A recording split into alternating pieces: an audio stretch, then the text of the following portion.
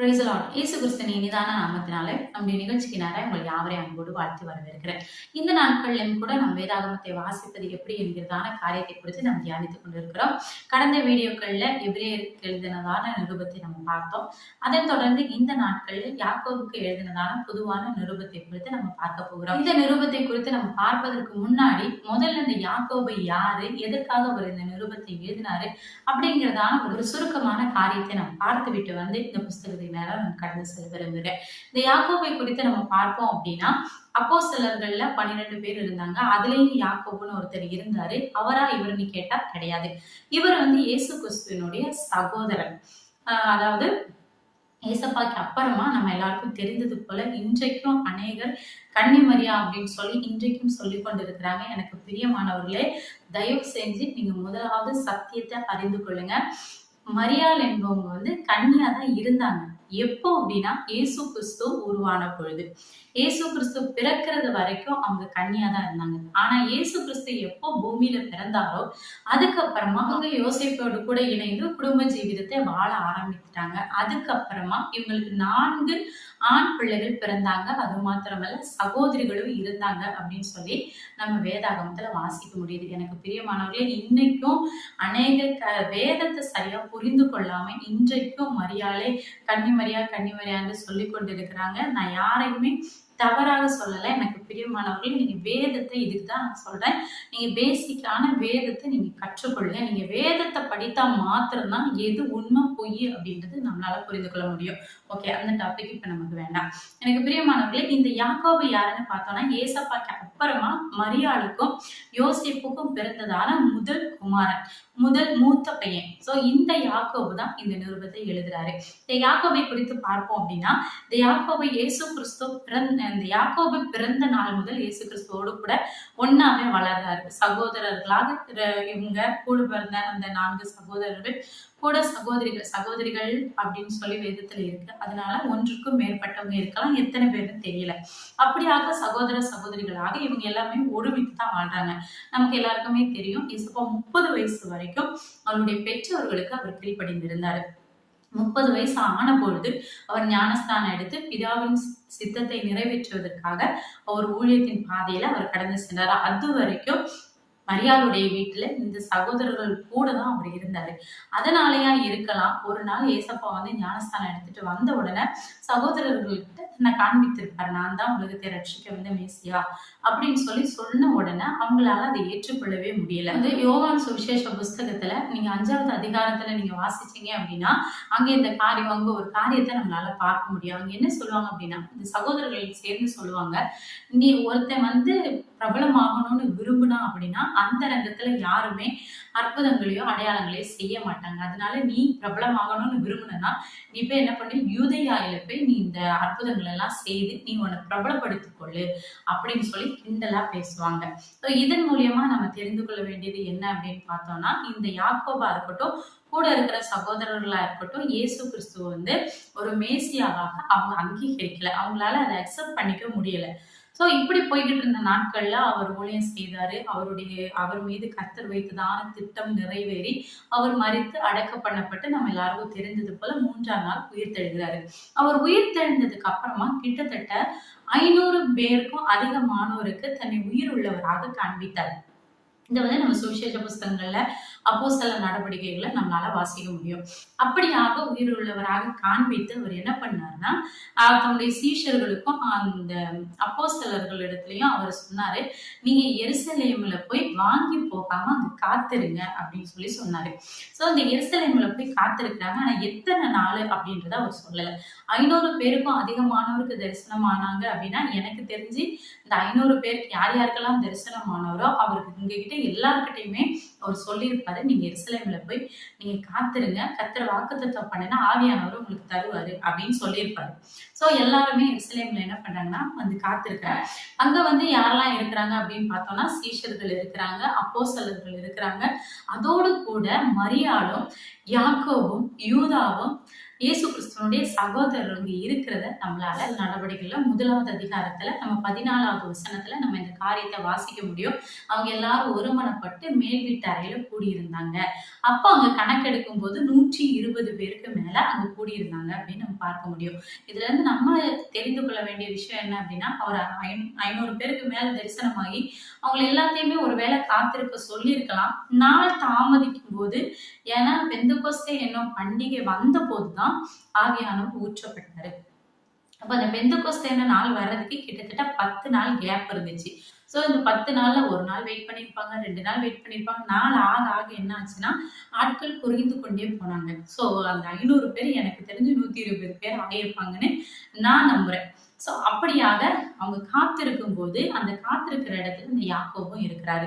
நமக்கு தெரியும் ஏசப்பா பிரசங்கம் பண்ணி கொண்டாரு. அப்ப இந்த மரியாளும் அவருடைய சகோதரரும் இயேசு கிறிஸ்துவை பார்க்கறதுக்காக வருவாங்க. அவங்க உள்ள போகாம வெளியே நின்றுகிட்டே ஒரு சீஷன்ட்ட சொல்லி அனுப்புவாங்க. இந்த மாதிரி உங்க தாயும் உங்களுடைய சகோதரரும் உங்களை பார்க்க வந்திருக்கிறாங்க, நீங்க போய் அவங்கள பாருங்க அப்படின்னு சொல்லி அனுப்புவாங்க. எனக்கு பிரியமானவர்களே, இவங்க வெளியே நின்றுகிட்டு அவரை வெளியே வர சொல்றாங்க.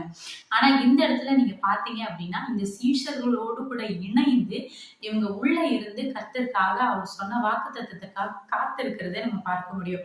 அப்ப இயேசு கிறிஸ்து ஒரு மனுஷனா பார்க்கும்போது இவங்க வெயிட் பண்ணிட்டு நீங்க எங்களை பார்க்க வாங்கன்னு சொல்லியிருந்தாங்க. ஆனா அவர் எப்போ உயிர் தெழுந்து தன்னை ஒரு கடவுளாக காண்பித்தாரோ அந்த நாள் முதல் இவங்க அவரை கடவுளா பார்க்க ஆரம்பித்து இவங்களை தேடி வரணும்னு அவர் சொல்லல. அவர் சொன்ன இடத்துல இவங்க போய் அவருக்காக காத்திருந்தாங்க.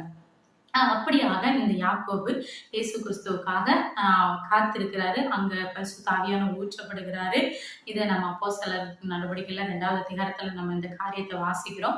அங்க ஊற்றப்படும் போது எல்லாரும் பரிசுத்த ஆவியினால நிரம்புறாங்க. அப்படியாக இந்த யாக்கோபு என்ன பண்றாருன்னா, இயேசு கிறிஸ்துவை ஏற்றுக்கொண்டு அவருடைய ஊழியத்தை செய்ய ஆரம்பிக்கிறாரு. அந்த நாட்கள்ல எதிர்ப்புகளும் போராட்டங்களும் பிரச்சனைகளும் கிறிஸ்தவர்களுக்கு அதிகமா இருந்த போது அங்கே இருக்கிறதான எல்லா ஜனங்களும் சிதறடிக்கப்பட்டாங்க. சீஷர்கள் உட்பட, அப்போஸ்தலர்கள் உட்பட எல்லாருமே சிதறடிக்கப்பட்டாங்க. அப்ப எல்லாருமே ஒரு இடங்களுக்கும் போய்விட்டாங்க. அப்படி போன சூழ்நிலை கூட இந்த யாக்கோபு எருசலேம் சபையில அவர் உறுதியாக பக்தி வைராக்கியத்தோடு அங்க நின்று எருசலேம் சபையின் ஒரு பிரதான ஒரு தலைவராக அங்க மாறுகிறாரு. அந்த அளவுக்காக கர்த்தர் இவரை பயன்படுத்துறாரு. அந்த அளவுக்கு இவரும் கர்த்தருக்குள்ள பக்தி வைராக்கியத்தோடு இருக்கிறாரு.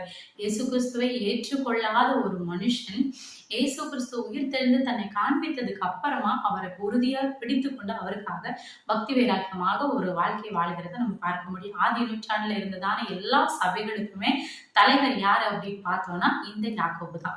எல்லா குழுக்களும் கூடி ஆலோசிச்சு ஒரு சபையிலையும் சபைகள்னா இப்படிதான் நடத்தப்படணும், இந்த சபைகள்ல வருகிற பிரச்சனைகள், அதுல வருகிற சந்தேகங்களுக்கெல்லாம் பதில் சொல்றது யாரு அப்படின்னு பார்த்தோம்னா அதுக்காக ஒரு டீம் ஏற்படுத்தி வச்சிருப்பாங்க.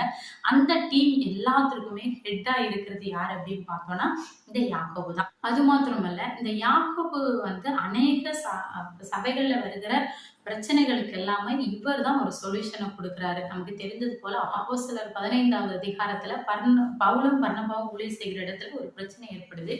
அங்க விருத்த சேதனம் பண்ணணும் பண்ணக்கூடாது அப்படின்னு சொல்லிட்டு ஒரு பிரச்சனை ஏற்படுகிறத நம்ம அந்த அதிகாரத்துல நீங்க வாசிக்க முடியும். அப்படி ஒரு பிரச்சனை ஏற்படும் போது இந்த பவுல் என்ன பண்றாருன்னா, இந்த எருசலேம் சபைக்கு அவர் கடந்து விடுகிறாரு. இந்த சபையில கடந்து அங்க நடக்கிறதான காரியத்தை சொல்லுகிறாரு. அந்த டைம்ல பர்னபா, பவுல், பேதுரு எல்லாரும் சேர்ந்து அவங்களுடைய ஒப்பீனியன் ஷேர் பண்ணிக்கிட்டு இருக்கும்போது கடைசியாக இந்த யாக்கோபு எழுந்து நின்று பேச ஆரம்பிப்பாரு. என் சகோதரரே, என்னுடைய வார்த்தைகளுக்கு செவி கொடுங்க அப்படின்னு சொல்லிட்டு அவர் அவங்க ஒரு தீர்மானத்தை வைப்பாரு. இந்த நியாயப்பிரமாணத்தை நமக்கு முன்னாடி இருந்தவங்களாலேயோ நம்மளாலேயோ இதை கடைபிடிக்க முடியல. அது அவ்வளவு கஷ்டமா இருந்துச்சு. அப்படிப்பட்ட நியாயப்பிரமாணத்தை எதற்காக புதுசா வருகிற ஜனங்கள் மத்தியில திணிக்கணும், அவங்களை ஏன் நீங்க யூதர்களா மாறணும் அப்படின்னு சொல்லி நீங்க கட்டாயப்படுத்துறீங்க. இயேசு கிறிஸ்துவை ஏற்றுக்கொள்றதுக்கு விசுவாசம் மாத்திரம் இருந்தா போதும், நீங்க விருத்த சேதனம்லாம் பண்ணணும்னு அவசியம் இல்லை அப்படின்னு சொல்லி இவர் ஒரு தீர்மானம், ஒரு ஸ்ட்ராங்கான ஒரு தீர்மானத்தை இவர் தான் எடுப்பாரு. அது மாத்திரமல்ல, அதை எழுத்து பிரகாரமா எழுதி எல்லா சபைகளுக்குமே அவர் அவருடைய பெயரோட சீல் வைத்து அனுப்புகிறத நம்ம அங்க பார்க்க முடியும். அது மாத்திரமல்ல, அப்போஸ்தலர் 21வது அதிகாரத்துல கடைசியாக சிறைப்படுவதற்கு முன்பதாக யாக்கோபை சந்திக்க போகிற காரியத்தை நம்ம பார்க்க முடியும். அப்படியாக கர்த்தர் இவரை வல்லமையா எடுத்து பயன்படுத்துகிறார். ஆதி சபையில ஒரு பெரிய தூணே இவர் தான் அப்படின்னு கூட சொல்ல முடியும். இவருடைய மரணத்தை குறித்து நம்ம பார்த்தோம் அப்படின்னா, இந்த எருசலேம் தேவாலயத்திலிருந்து தலைகீழாக இவரை கீழே தள்ளி ஒரு கொலை செய்யறாங்க. அவர் தலைகீழா விழுந்துட்டு அவர் சாகலைன்றதுனால அவர் தலையில ஒரு பெரிய கட்டை எடுத்து அடித்து அவரை கொலை செய்யறாங்க. நமக்கு எல்லாருக்கும் தெரிஞ்சது போல அப்போஸ்தலர்கள் எல்லாருமே, அதாவது யோவானை தவிர மத்த எல்லாருமே இரத்த சாட்சியா தான் மரித்தாங்க. அதோடு கூட இந்த யாக்கோபும் கர்த்தருக்காக இரத்த சாட்சியாக மரிக்கிறாரு. இவர் எதற்காக இந்த நிருபத்தை எழுதணும் அப்படின்னு பார்த்தோம் அப்படின்னா, இந்த நிருபம் ஒரு பர்டிகுலரான ஒரு மனுஷனுக்கோ ஒரு சபைக்கோ எழுதப்படாம அந்த நாட்களில் சிதறி போயிருந்ததான எல்லா யூதர்களுக்குமாக இந்த நிருபத்தை அவர் எழுதுறாரு. இந்த நிருபத்தை குறித்து நம்ம பார்த்தோம் அப்படின்னா, நமக்கு தெரிஞ்சது போல இது மொத்தமா 5 அதிகாரங்கள் இருக்கிறது. 105 வசனங்களும் இருக்குது. இது படிக்கிறதுக்கு ரொம்ப சிம்பிளா இருக்கும். இந்த 5 அதிகாரத்திலையுமே சேர்த்து அவர் இந்த புஸ்தகத்துல அவர் என்ன சொல்ல விரும்புகிறாரு அப்படின்னு நம்ம பார்த்தோம்னா, இதனுடைய தீம் என்ன அப்படின்னு நம்ம பார்த்தோம்னா, ஒன்னே ஒண்ணுதான், உன்னுடைய விசுவாசம் கிரியையினால இருக்கணும். உனக்கு விசுவாசம் இருந்தா அது கிரியையில நீ காண்பிக்கணும். விசுவாசத்தினால தானே நம்ம ரட்சிக்கப்படுகிறோம், கிரியையினால இல்லையே அப்படின்னு சொல்லி கேட்டோம்னா அது உண்மைதான். நம்ம விசுவாசத்தினால தான் ரட்சிக்கப்படுகிறோமே தவிர கிரியையினால கண்டிப்பா கிடையாது. இவர் என்ன சொல்றாரு அப்படின்னா, ரட்சிக்கப்பட்ட நீ, அதாவது நீ விசுவாசத்தினால நீ ரட்சிக்கப்பட்டுட்ட அப்படின்றத மற்றவங்க எப்படி தெரிந்து கொள்வாங்க? உன்னுடைய கிரியை தானே நீ ரட்சிக்கப்பட்டதை மற்றவர்களுக்கு காண்பிக்கும். அதனால உன்னுடைய விசுவாசம் கிரியை உள்ளதா இருக்கணும் அப்படின்னு சொல்லுவாரு. இந்த 5 அதிகாரத்தையுமே நீங்க எடுத்துக்கிட்டீங்க அப்படின்னா, இதுல மெயின் தீமே உன்னுடைய விசுவாசம் கிரியையில இருக்கணும். நீ உன்னுடைய நடத்தைய, நீ ஒரு கிறிஸ்தவன் என்பதை, உன்னுடைய பேச்சு, உன்னுடைய நடத்தை, உன்னுடைய ஸ்டைல் எல்லாவற்றிலுமே நீ ஒரு கிறிஸ்தவன் என்பதை மற்றவர்கள் அறிந்து கொள்ளணும். அப்படியாக நீ இருக்க வேண்டும் அப்படின்னு சொல்லிட்டு இந்த புஸ்தகத்தை அவர் எழுதுவாரு. ஸோ இந்த புஸ்தகத்துல நான் ஏற்கனவே சொன்னது போல 5 அதிகாரங்கள் இருக்கிறதுனால ஒரு அதிகாரமும் என்னென்ன சொல்லுது அப்படிங்கிறது உங்களுக்கு ரொம்ப ஷார்ட்டா சொல்லிக் கொடுக்க நான் விரும்புகிறேன். முதலாவது அதிகாரத்தை நீங்க எடுத்துக்கிட்டீங்க. அதிகாரத்துல 5வது வசனம் நம்ம எல்லாருக்கும் ரொம்ப பிடிச்ச வசனம்.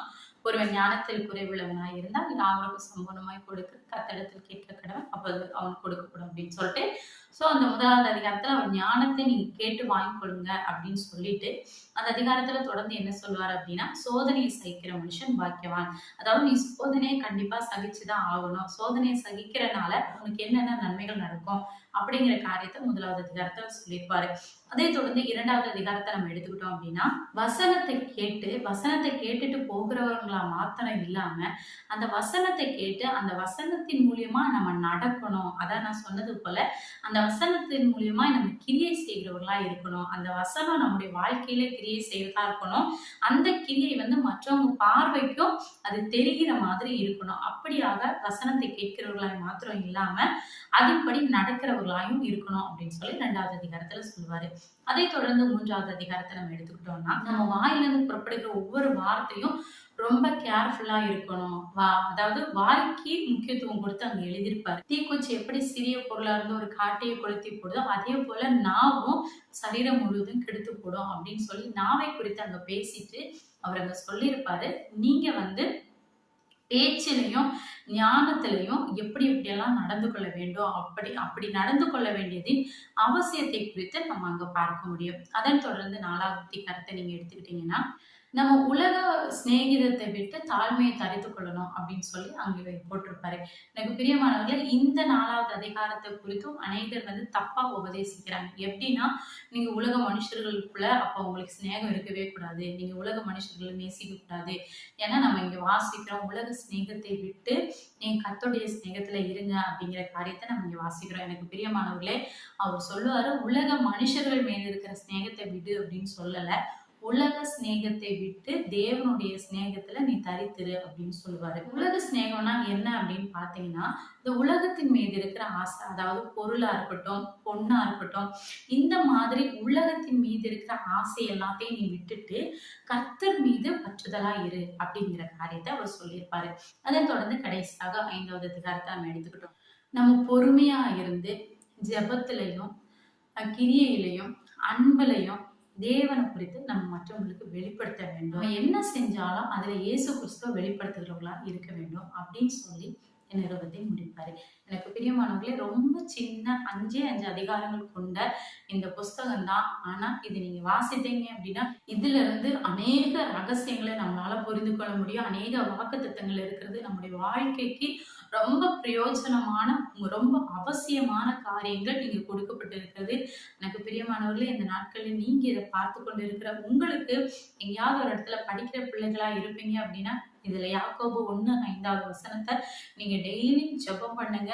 ஒருவன் ஞானத்திலே குறைவுள்ளவனாக இருந்தால் யாவருக்கும் சம்பூர்ணமாய் கொடுக்கிற தேவனிடத்தில் கேட்க கடவன், அப்பொழுது உங்களுக்கு கொடுக்கப்படணும் எதை சொல்லுது. அதனால எனக்கு பிரியமானவர்களே, இதுல நிறைய வாக்குத்தத்த வார்த்தைகள் இருக்குது. நீங்க இது எல்லாத்தையும் பிடித்துக் கொள்ளுங்க. இதுலதான் ஒரு வசனத்துல 2வது அதிகாரத்துல அவர் சொல்லுவாரு, கிரியை இல்லாத விசுவாசம் அது செத்ததா இருக்கு அப்படின்னு கூட சொல்லுவாரு. எனக்கு பிரியமானவர்களே, நம்ம விசுவாசம் மாத்திரம் வச்சிருந்தா போதாது, அந்த விசுவாசத்துக்குள்ள கிரியையும் நம்ம மற்றவர்களுக்கு காண்பிக்கிறவர்களா இருக்கணும். அதனால இந்த யாக்கோபு எழுதின நிருபம் நிச்சயமா நம்ம படிக்கிற நம்ம எல்லாத்துக்கும் பிரயோஜனம் உள்ளதா இருக்கும். தேவ ஆவியை பெற்றுக்கொண்டவர்களா, தேவ ஞானத்தோடு நீங்க இந்த வேதத்தை வாசிங்க. கண்டிப்பா இது மூலியமா உங்களுடைய வாழ்க்கையில ஒரு பெரிய மாற்றத்தை உங்களால பார்க்க முடியாது. வசனங்கள்ல சொல்லப்படுகிறது போல நம்ம கேட்கிறவர்களா மாத்திரம் இல்லாதபடி அதன்படி நடக்கிறவர்களா இருப்போம் அப்படின்னா நிச்சயமா நம்ம தேவனுடைய ஒரு முழுமையான ரட்சிப்பை நம்மளால பெற்றுக்கொள்ள முடியும். இந்த வார்த்தை உங்களுக்கு பிரயோஜனம் உள்ளதா இருக்கும்னு நான் விசுவாசிக்கிறேன். நீங்கள் அறிந்து கொண்டதான இந்த சத்தியத்தை மற்றவர்களும் அறிந்து கொள்ள வேண்டும் என்று நீங்க விரும்பினீங்கன்னா இது அநேகருக்கு ஷேர் பண்ணுங்க. நம்முடைய சேனலுக்காக ஜெபித்துக் கொள்ளுங்க. கர்த்தர் நம்ம எல்லாரையும் ஆசீர்வதிப்பாராக. நான் எப்பொழுதும் சொல்லுகிறது போலதான் அதிகமா வேதத்தை வாசிங்க, ஜெபத்துல தரித்திருங்க. கர்த்தருடைய சமூகத்துல செலவழிக்கிற ஒவ்வொரு நிமிஷமுமே அது விலையேற பெற்றது. எப்பவுமே கிடைக்கிற நேரத்துல எல்லாம் தேவ சமூகத்துல நீங்க காத்திருங்க. அதற்குள்ள பிரதிபலனை நிச்சயமா ஒரு நாட்கள்ல பெற்றுக்கொள்வீங்க. கர்த்தர் நம்மை ஆசீர்வதிப்பாரா. இதன் மூலியமா தேவன் சொன்னதான வாக்குத்தத்தம் நிறைவேறும். அவர் சொன்னாரு, பூமியின் கடைசி பரியந்தம் சென்று எனக்கு சாட்சிகளா இருங்கன்னு சொன்னாரு. சோ அவருடைய வாக்குத்தத்தம் நிறைவேறணுமா இருந்தா நீங்க பண்ண வேண்டியது ஒண்ணுதாங்க. ஜஸ்ட் ஷேர் பண்ணுங்க. இந்த அநேகருக்கு பிரயோஜனம் உள்ளதா இருக்கும்னு நான் விசுவாசிக்கிறேன். உங்களுக்கு ஏதாவது கேள்விகள் சந்தேகங்கள் இருக்குமானா நீங்க கமெண்ட் செக்ஷன்ல போய் கமெண்ட் பண்ணுங்க. அடுத்த வீடியோல திருக்குள்ளதான ஆன்சரை நான் உங்களோட பகிர்ந்து கொள்கிறேன். உங்களுக்கு ஏதாவது ஜெப விண்ணப்பங்கள் ஏதாவது சந்தேகங்கள் இருக்குமானா ஸ்கிரீன்ல தெரியறதான நம்பருக்கு நீங்க வாட்ஸ்அப் பண்ணியோ இல்ல கால் பண்ணியோ நீங்க கேட்கலாம். நாங்க உங்களுக்கு பதில் சொல்ல ஆவலா இருக்கிறோம். நான் அடுத்த வீடியோல உங்களை சந்திக்கிறேன். அது வரைக்கும் கர்த்தர் நம்மை ஆசீர்வதிப்பாராக. ஆமென். May God bless you.